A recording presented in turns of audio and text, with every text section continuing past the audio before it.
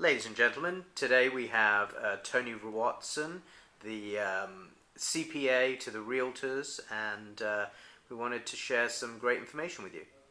Hi, Tony. Hi.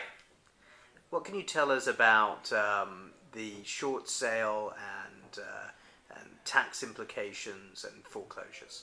Well, starting in January 1st of 2013, a couple major changes might happen. As of now, at this point in the year, the election is coming up, so we will have a better understanding at the end of next month of what's going to be sticking around and what's going to be expiring.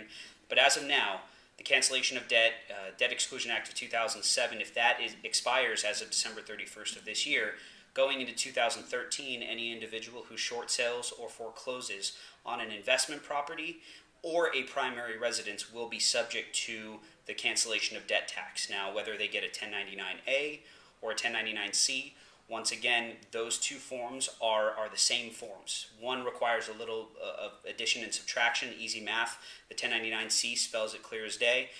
$250,000, let's say, cancellation of debt, that has to be reported as income on your tax return, and that will be included in total income as part of AGI. So it's very, very important to understand the differences between the Debt Exclusion Act of 2007 year in 2012 and going on into 2013, what the tax implications are going to be if that Exclusion Act does expire. If I'm a realtor and I work as an independent contractor, there are obviously some benefits if I buy a car, and there is also some benefits as to whether I would file as an S Corp or whatever I could file as. What would be your suggestion there and your information that you'd share? Absolutely. As a self-employed individual, you have a couple options, and if you're a tax accountant, you love having options.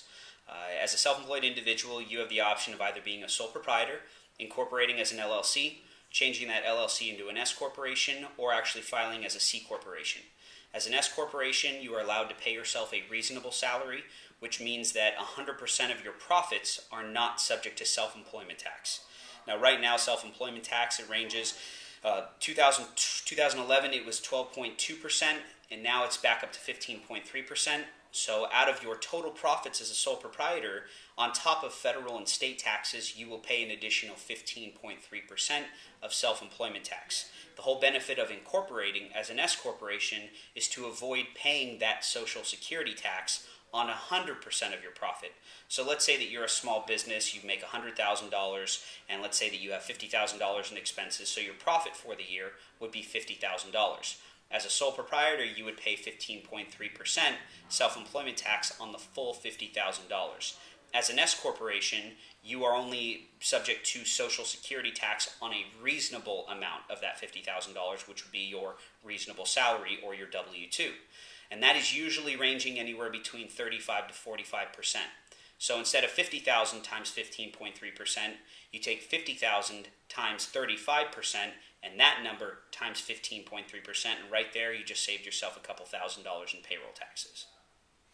But what about the rest of the money if I need to, that's in the S Corp, if I need to access that for any expenses or for living or whatever it may be? And that's always a great question.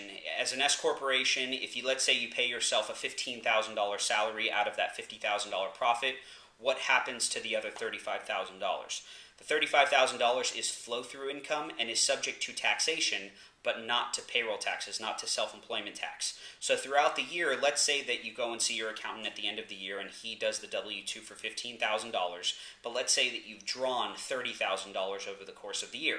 Your salary is not going to be $30,000, it's only going to be $15,000, and the difference between your W-2 and what you've actually drawn would just be considered as an owner draw.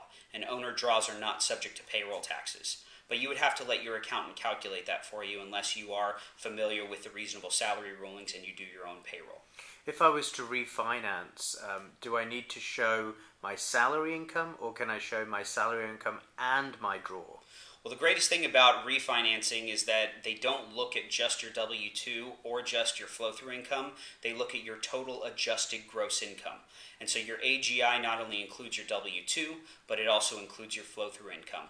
So on top of seeing your W-2, they'll ask for your tax return, and the number that they're looking for, I believe, is line 22 of your 1040 tax return, and that is your adjusted gross income, which includes all income. Even everything above and beyond the flow-through, the W-2, that includes interest income, dividend income, capital gain income, Social Security if you're collecting that, pension distributions, 401k distributions, everything. So that's where they pull that number off of. And my last question, the depreciation on a vehicle this year, is that tax advantageous for me, and how will that change next year? Absolutely. Whether you're a corporate owner or a sole proprietor, in 2012 you have the depreciation deduction for the purchase of a work vehicle. And also in 2012 you get what's called a bonus depreciation amount. Now if you buy a car that is under 6,000 pounds, the depreciation starts at $11,000 and it can range anywhere up to, I believe, $15,690 for a car that is weighing over 6,000 pounds. You can have an accelerated amount, which includes bonus depreciation, of up to $22,000. So depending on what size the vehicle is, what type of vehicle it is, you would still get the accelerated depreciation of the car, but the bonus depreciation is only lasting through 2012. And on the IRS website, if you go to irs.gov and you put in the search column car work vehicle depreciation, it'll give you a grid or a breakdown of how those bonus depreciation deductions work. Wow, Tony Watson, thank you very much. I feel a lot better with the year ending that I've spoken to you. Well, thank you.